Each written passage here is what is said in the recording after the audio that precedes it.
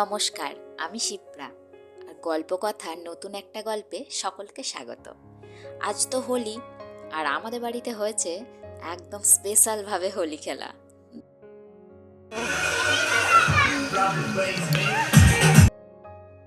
এই যে শুরু হয়ে গেছে আমাদের রং খেলা। সকাল সকাল রান্নাটা সেরে নিয়েছি, তারপরেই আমরা শুরু করে দিয়েছি রং খেলা।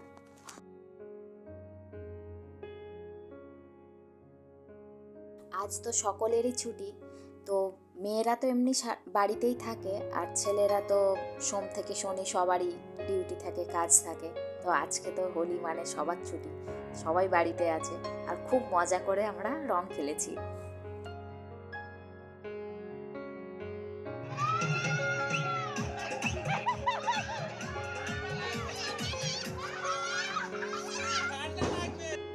আর এই যে নাচছে আমার দেওর আর যা, তো সকলে মিলে আমরা হোলির দিনটা খুব মজা করে আনন্দ করে কাটিয়েছি।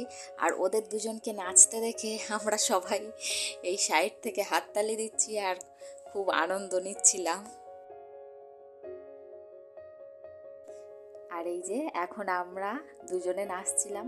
ওদের দুটো বক্স ছিল, সেই বক্স দুটো নামিয়ে এনেছিল, তো সেখানে গান বাজানো হয়েছিল।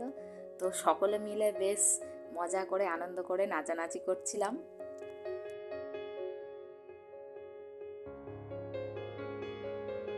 আর এখানে আমার বড় যা আমার মাথা আবারও আবির দিচ্ছে।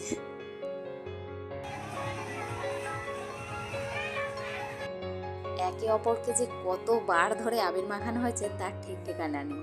আর এই যে এখানে এসেছে প্রত্যুষার মা, ও আমার যা হয়, পাশেই বাড়ি, তো ওকেও টেনে নিয়ে এসে এই যে সবাই একসঙ্গে নাচছি। আর এখানে মামা চলে এসেছে, সবে মাত্র বাড়ি ঢুকেছে, আর ঢুকতে না ঢুকতেই সবাই মিলে মাথায় একদম ভরিয়ে দিয়েছে আবিরে।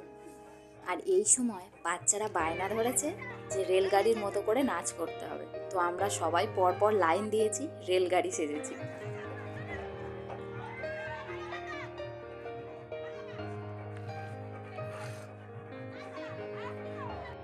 এই সব দিনগুলোই স্মৃতি হয়ে থাকে।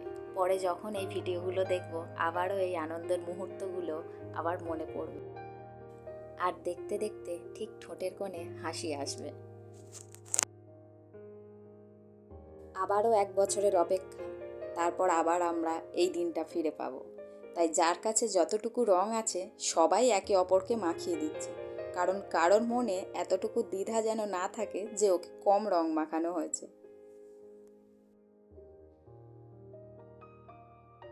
আর শেষে ছিল আমাদের জন্য চমক, এখন মাঠে নেমেছে মামা। আর মামার নাচ দেখে সবাই হেসে অস্থির। আর উঠোনের অবস্থাটা কি হয়েছে একবার সত্যি আজকের দিনটা খুব আনন্দ করে কাটালাম।